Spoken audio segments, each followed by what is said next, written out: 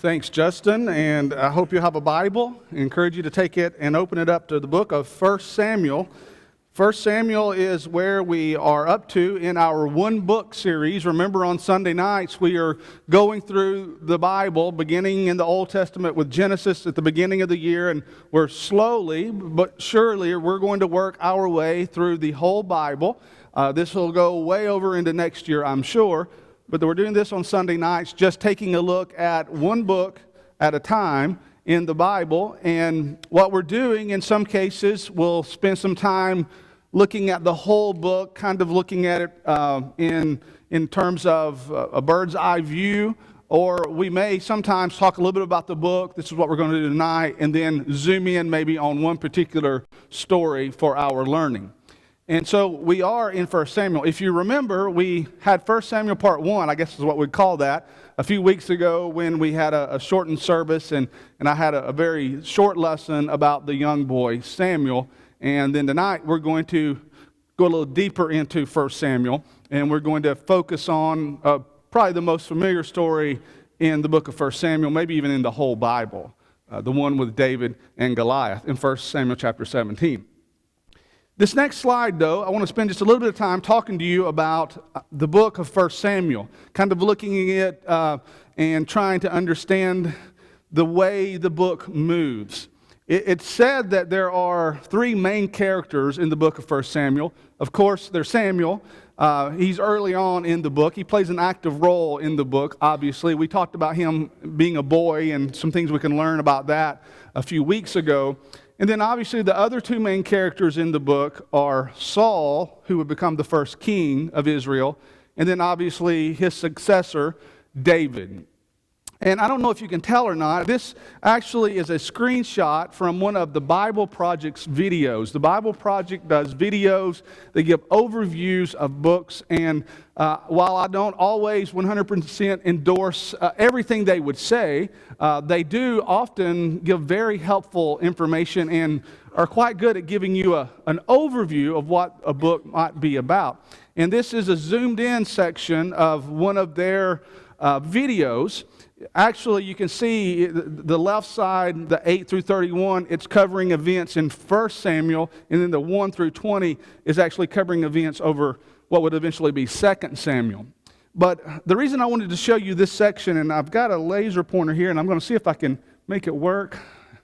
I was afraid of that. And by the way, I'm the one that messed up back there a minute ago. It wasn't them. I was messing with this thing. Oh, well.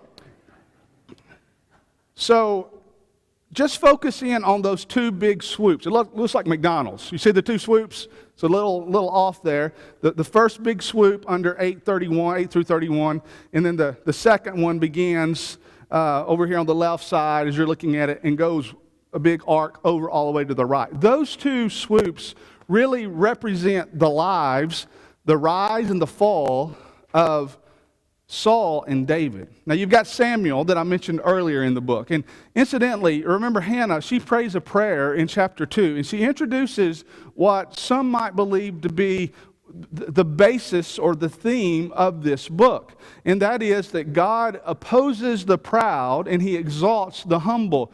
You can more or less see that in some of the wording of that prayer she prays in 1 Samuel chapter 2.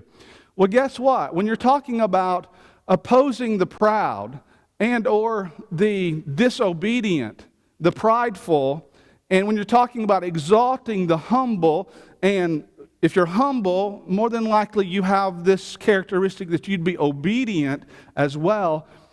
It really introduces these next two main characters because the life of Saul might really be described as one, although he had some good traits, he eventually becomes very prideful, and he's resistant to God's will, and he eventually becomes disobedient to God's will. And the character of Saul really stands in opposition or contrast to the character of David. David, although he had his faults, although he royally messes up his life in that one particular incident that we know so well that we'll see in 2 Samuel, there was a difference, a big difference in the life of David and the life of Saul. Saul resisted God's will. He resisted God's leadership. He was prideful and God brought him down. And that first swoop represents his rise, being appointed as king, and eventually the bottom there is his demise when he falls on his sword, as we see in the latter part of the book of 1 Samuel. But during the reign of Saul, we have introduced to us this young man by the name of David. And notice, incidentally, as the fall of Saul is starting to occur, where those two swoops intersect, represents 1 Samuel chapter 17. It's the time when Saul and David have this encounter that we're going to see in our lesson tonight before he goes out and he slays the giant Goliath. And it's that intersection when Saul and David meet that we're going to spend some time and we're going to study here in just a moment. But see, this is really the rise of David. And what causes David to rise is because he is a man after God's own heart. He has the character that God's looking for in the next king. Saul didn't have that. Saul was rejected the leadership of God. He wanted to do it his way. Pride, arrogance, and that is associated with disobedience. But God found something in David. He found a man who had a heart like his, and it was soft and it was humble, and he starts his rise, and it's an epic rise. It's one of the great stories in all of the Bible. I said a moment ago, yes, he was human, and yes, he sinned, but the contrast between these two men is quite noticeable. And if you don't get anything else out of our lesson tonight, just remember the reason David was successful is because he had a different kind of heart. And so God looks at the heart. The heart really does matter. And who you are on the inside determines what will happen in the course of your life. And while David stumbled and fell, and while his life, all of our lives have a rise and a fall, as depicted here, he was the man who followed God and did his will, for the most part, all of his life.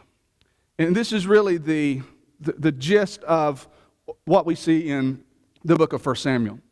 But now let's take a little time, though, and look at this particular incident that really starts to show us who David is. It really starts to show us what it means to rise up and face a giant in your life. I think tonight's lesson is going to be a really good companion lesson if you were here this morning, because we talked about recognizing that God is light, and the application of that for us is for us then to walk in the light. And so to walk in the light means that you're going to face some giants in your life. You're going to face some obstacles. You're going to face some difficulties. And while every obstacle or difficulty might not be like facing a giant like Goliath, you can learn some principles from when David met Goliath, and you can learn how his heart worked, how his mind thought, if you will. And I think it'll be helpful to you if your goal is to be pleasing and obedient to God, to have a heart like David. And so if you're there in 1 Samuel chapter 17, let's just set the background. This event occurs in what 1 Samuel chapter 17 and verse 2 says is the valley of Elah. This is an image of the valley of Elah. And some of you have no doubt been over to this area, and if you took a tour, if you had a guide, more than likely you would have been taken to this place and you would have been shown the valley of Elah. And there is actually a creek or a stream there in the valley of Elah.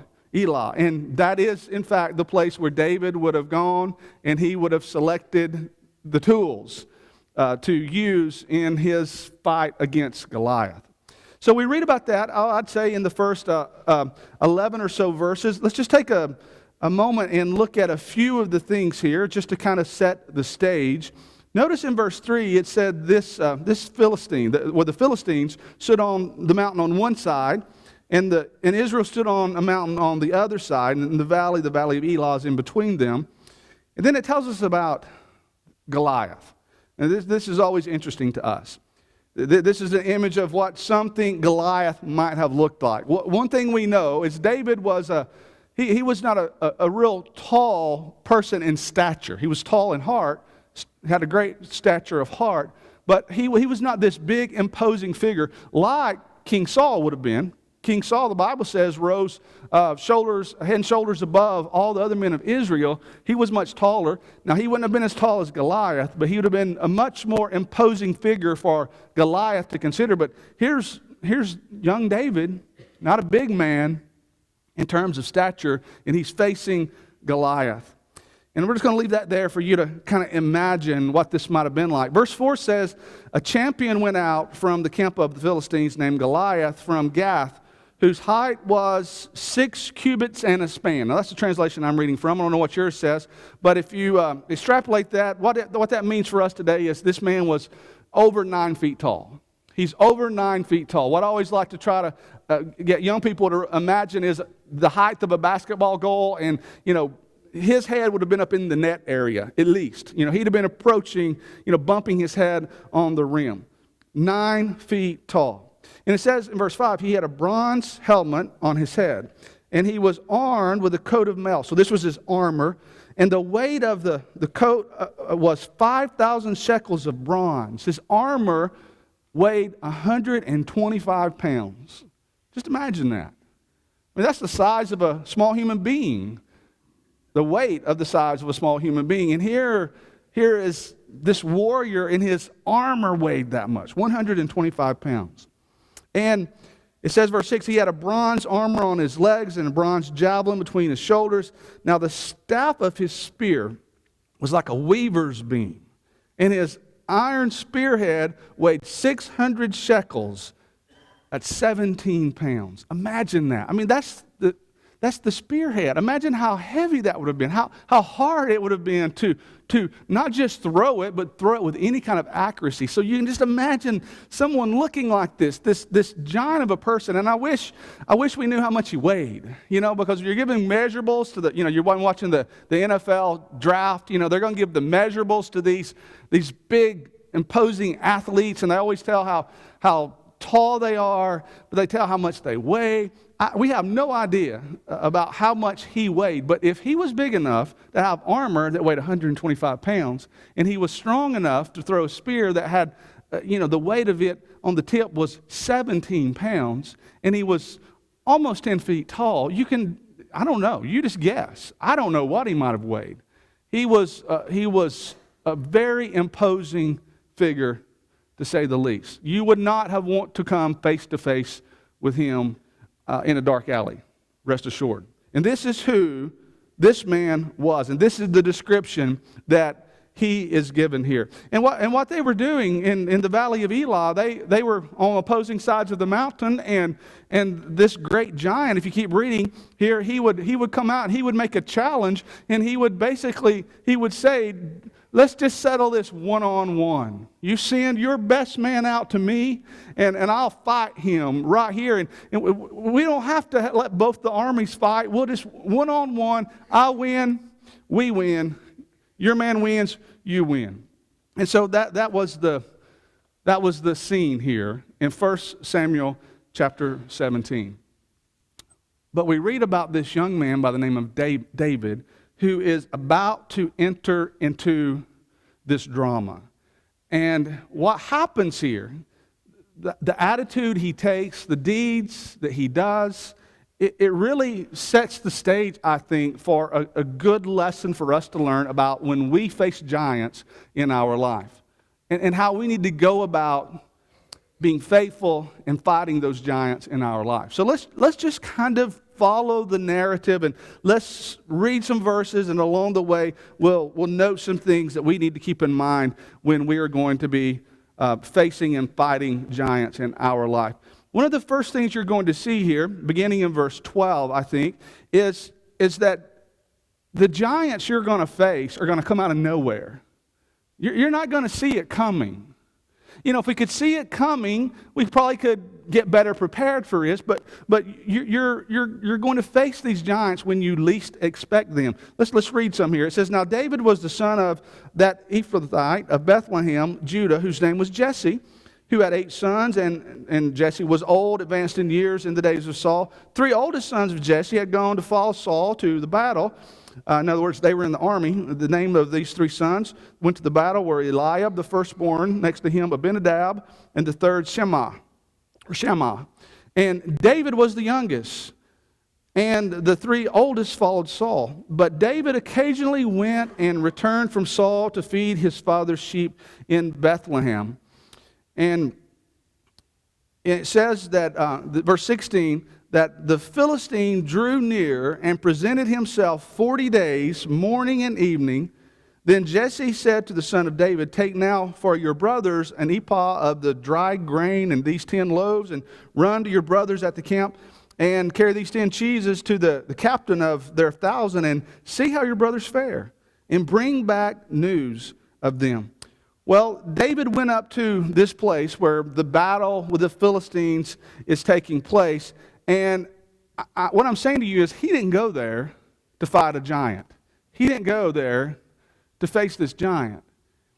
He went there to check on his brothers. And it was not until he got there did he ever imagine that he might actually face this giant, Goliath. Notice as we keep reading here, it says, Now Saul and they and all the men of Israel were in the valley of Elah, fighting with the Philistines. So David arose early in the morning, left the sheep with the keeper, and took the things, and went as Jesse, his father, had commanded him. And he came to the camp as the army was going out to the fight and shouting for the battle.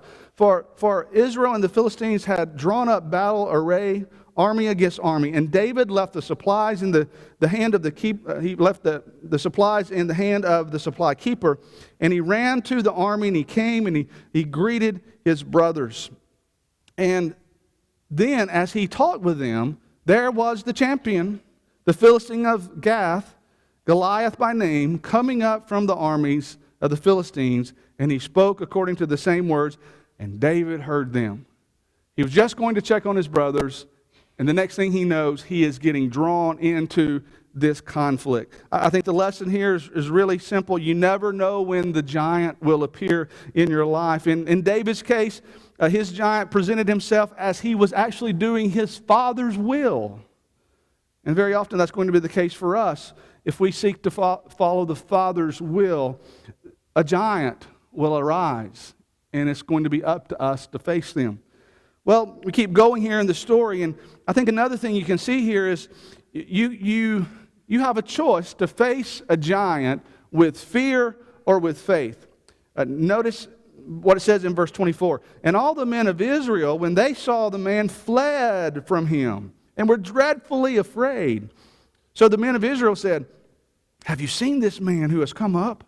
Surely he has come up to defy Israel, and it shall be that the man who kills him, the king will enrich with great riches, will give him his daughter, and give him his father's house exemption from taxes in Israel. And then David spoke to the men who stood by him, saying, What shall be done for this man? And they told him what should be done. And then the people answered in this manner, saying, So shall it be done. Verse 27, For the man who kills him.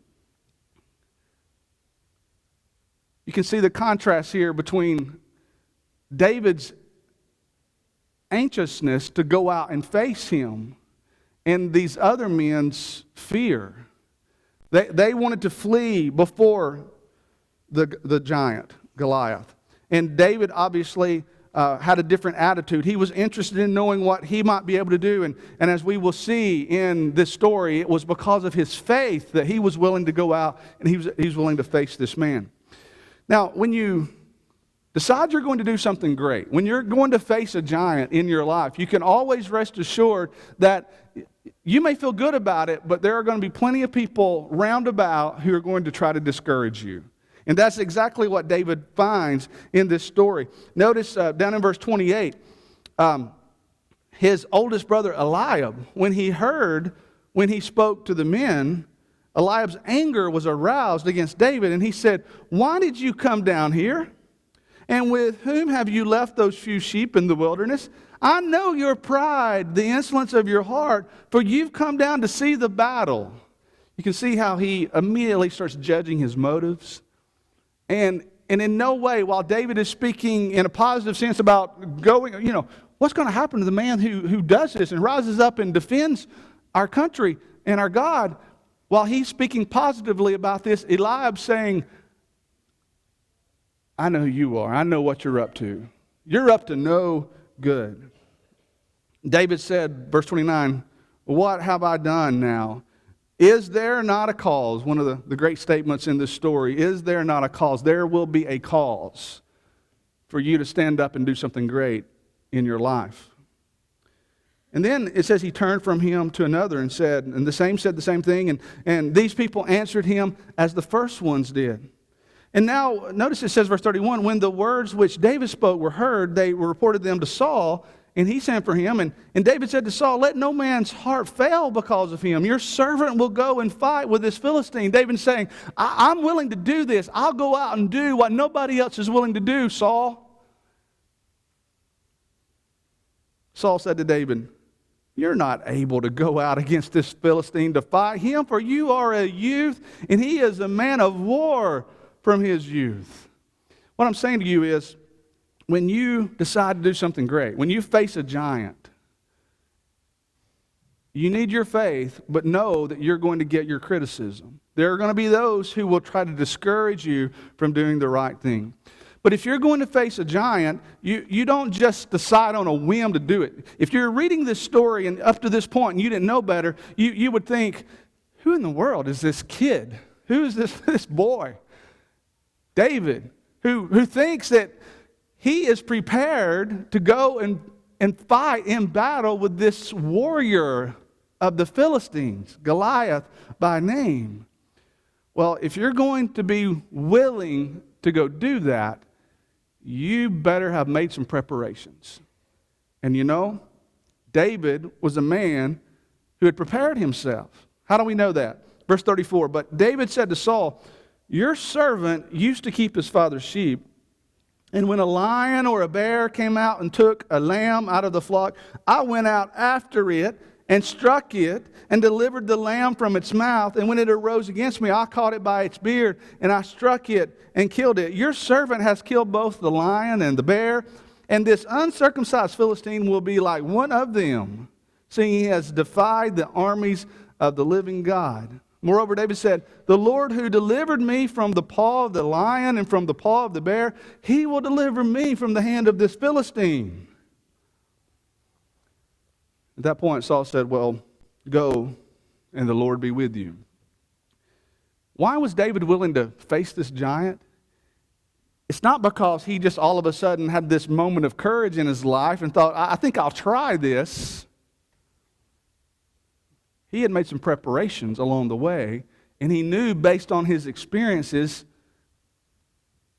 that he could be successful because he had made those preparations. So if you're going to face a giant, you need to make some preparations along the way. But when it comes right down to it, when we fight these spiritual battles, as we're making an application to our lives, you also have to accept this. Prepare the best you can, and then ultimately you've just got to leave it in the hand of God. You've got to ultimately depend on your God. And that is what this story comes down to. There comes a time in our lives when our preparation must end and our action must begin. David had his time of preparation, but now it was time to act. And the important thing about acting in a spiritual way to face a giant is you're going to need your God to allow yourself to be successful. We might could take the time to point out that he had confidence in his training, verses 38 and 39. He had confidence in his tools. You can see how he chose for himself the 5 smooth stones from the creek or the brook we referred earlier to, and he had his sling with him. You know, he had confidence in these things, so he'd use them in these situations he had mentioned before. But I'm here to tell you the big confidence that David really had was not in those things, it was in his God that he served. And you can really see that. We saw it in verse 37 a moment ago when he says, the Lord is the one that delivered me from the hand of the paw of the bear and the mouth of the lion. And then he goes on to say this. Notice down in verse 41, he says, as the story starts to unfold, the Philistine came and began drawing near to David, and the man who bore the shield went before him. And when the Philistine looked about and saw David, he disdained him because he was only a youth, ruddy and good looking. So the Philistine said to David, "Am I a dog that you come to me with sticks?" And the Philistine cursed David by his gods. His enemy discouraged him as well. We could have added that to the list from a moment ago. And the Philistine said to David, "Come to me, and I will give your flesh to the birds of the air and the beasts of the field." Then David said to the Philistine, now listen to the confidence he has in his God. "You come to me with a sword and with a spear and with a javelin, but I come to you in the name of the Lord God of hosts, the God of the armies of Israel, whom you have defied." His confidence was in God. He says, "This day the Lord will deliver you into my hand, and I will strike you and take your head from you. And this day I will give the carcasses of the camp of the Philistines to the birds of the air and the wild beasts of the earth, that all the earth may know that there is a God in Israel." It was not about what David was going to do. It was about what God was going to do through David. And ultimately, he had to have the confidence to know, to depend upon God in doing this great thing. But you always need to remember this. You need to act when the opportunity is there. And David did. He didn't delay. We talk about procrastination from time to time. There was no time to delay. You look at verses 48 and 49. The Philistine arose and came and drew near to David. And David, it says, he hurried and he ran toward the army to meet the Philistine. He put his hand in his bag, took out a stone, and he slung it and struck the Philistine in his forehead so that the stone sank into his forehead, and he fell on his face to the earth. You can see the stone in the air in that image. And David did not hesitate, and with haste, he met his giant. You ever wondered what Goliath might have thought just a split second before that stone went down, deep down to his forehead? He saw it coming probably. What did he think? What did he say? Whoops. He met his match. He met his match not in David, but he met his match in God. And when you are faithful, when you're humble, when you're obedient, that's the character of David we read about in Scripture. God works through you in your obedience, and He does great things in you through your faith in action. And you know what? It makes a difference in those who witness it. Your victory, your stand and fight against your giants will inspire other people. And this is the last thing I want to note with you. It says, David prevailed over the Philistine with a sling and with a stone, verse 50. Struck the Philistine and killed him, but there was no sword in the hand of David. Therefore David ran and stood over the Philistine, took his sword and drew it out of his sheath and killed him and cut off his head with it. And when the Philistines saw it, that their champion was dead, they fled. Now notice how this encouraged the army of Israel. Now the men of Israel and Judah arose and shouted and pursued the Philistine as far as the entrance of the valley of the gates of Ekron. The wounded of the Philistines fell along the road to Shararim, even as far as Gath and Ekron. They saw what happened and they were inspired. Your influence is strong and powerful, and when you do the right thing, when people see your faith being lived out in your life, it inspires and encourages other people. We all will face our giants. You're facing yours, I'm facing mine. And what yours might be, mine might be a different one. But we all can inspire and encourage each other as we live right, as we stay faithful to God. I hope that the God of David and the God of Israel is your God. He's an amazing God. He does amazing things. You've got to see the symbolic nature of how David was this youth he was not really, in terms of physical fighting, he was not a match for Goliath.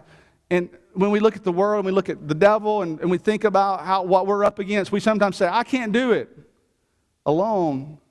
And that's right, you can't do it alone. You need the God of David and the God of Israel. And you need the Son of God in your life. And if you're not a Christian, we want to encourage you to become one. If you're a Christian and you're facing a giant right now and you're discouraged and you want us to pray with you, we'd be glad to do that. We're going to sing this song. If we can help you right now, come as we stand and as we sing.